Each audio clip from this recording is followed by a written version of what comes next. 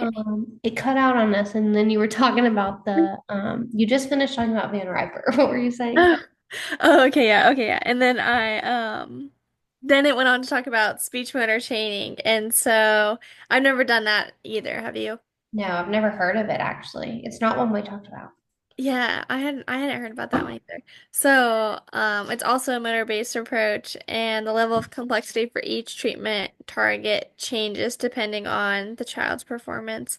So, this approach aligns with the principles of motor learning. So, once the stimulability of the target sound is good and they're consistently producing it, each child will start with their target at the syllable or isolation level, and then depending on how good their stimulability is, they attempt like six productions, and there's like this whole list of things that they go through, which I've never tried that one, so that would be Sounds interesting. yeah, yeah. And if they end up not being like stimulable or they can't get it correctly enough times, the child then moves on to like a new syllable.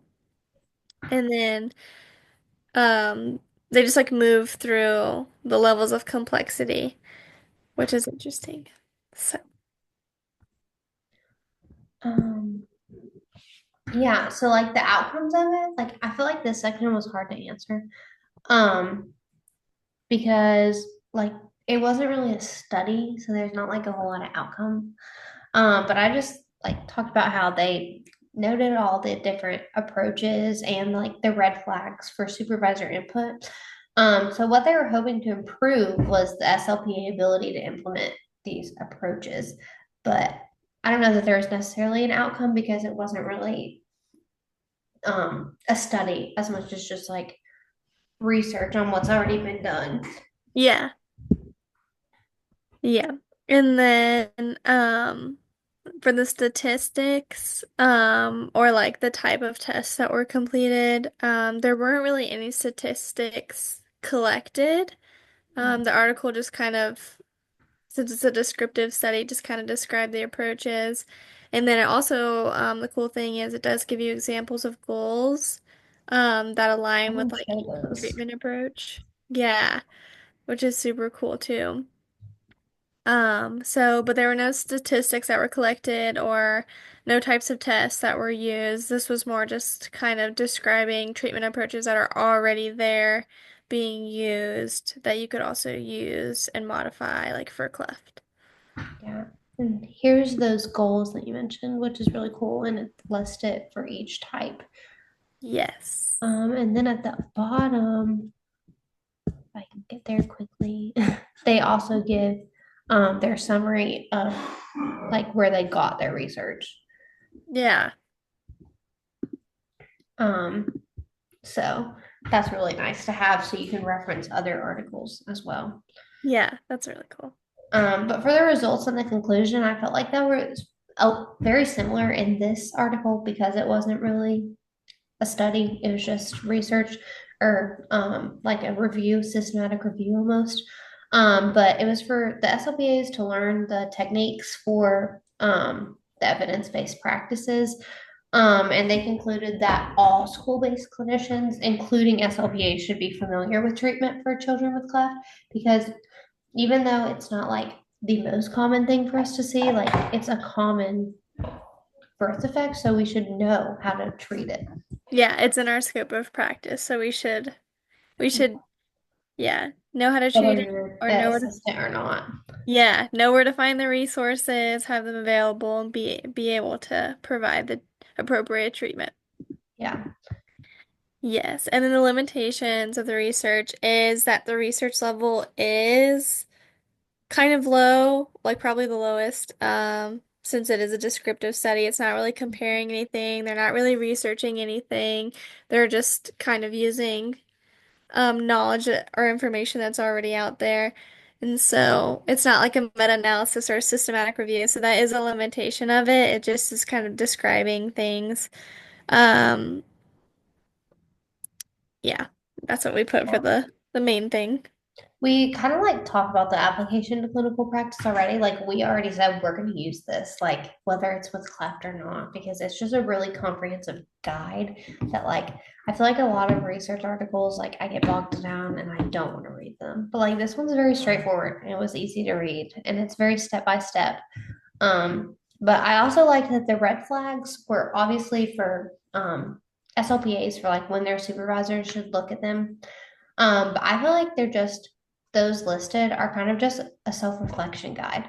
Like whether you're an SLPA or not, like are you doing any of these things? Because these are the things that would lead you to needing to be looked at, but it's just really the things that you need to make sure you're not doing. Yeah, And I think they list them here. Let me pull it up really quick, sorry. you're good.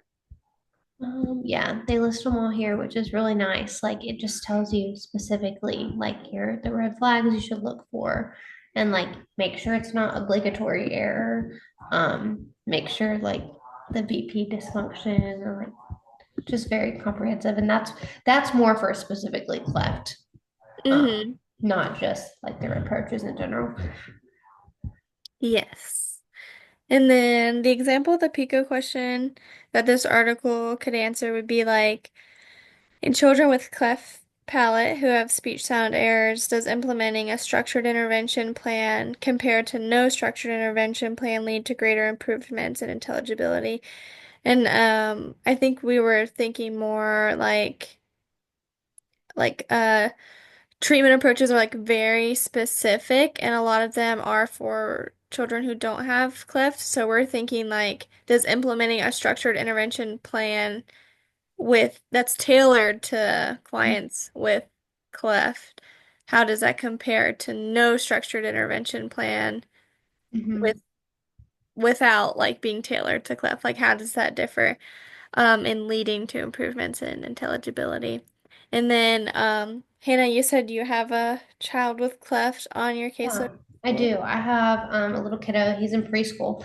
And right now, like I'm kind of using like a traditional and minimal pairs like combination. Like I should be doing better with that. But I met with our professor. We talked about it. He has very little intelligibility, like very little. So we're just working on like B's and P's, like basic. Mm-hmm. It's kind of like an empty set, whereas like we do B and P, but we do real words. Oh, cool. Trying to get him to just have any sort of functional communication because there's a lot of glottal stops, a lot of just you can't understand what he's saying. So Yeah. yeah.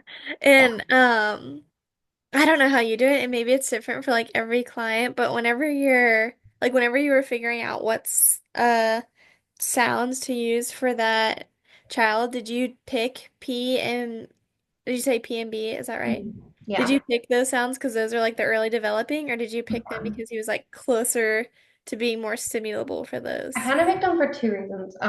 But this was also before the class when I didn't know as much as I know now because I've had him. He was a walk-in preschooler and now he's here. So I've had him for 2 years already. But I picked them because they're front sounds, so you can see them really well. And I know that like the his fistula won't be impacted by them.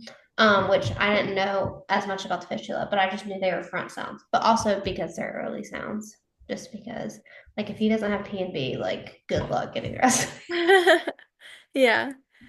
Yeah. Okay, no, that's cool. I just always like to hear because I'm like, I do have some preschool, but they don't have like a vast majority of errors. It's like cluster reduction, AMG. like S-blends. Yeah, like S-blends, and then the other errors, sometimes it's like K and G, like some like those phonological errors. Mhm. But they don't have like a huge class or like sounds of errors.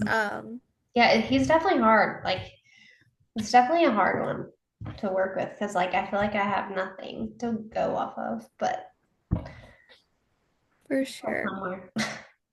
Yes. But so that includes our paper.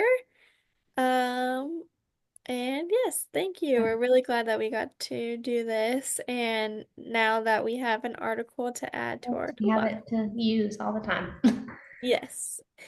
you.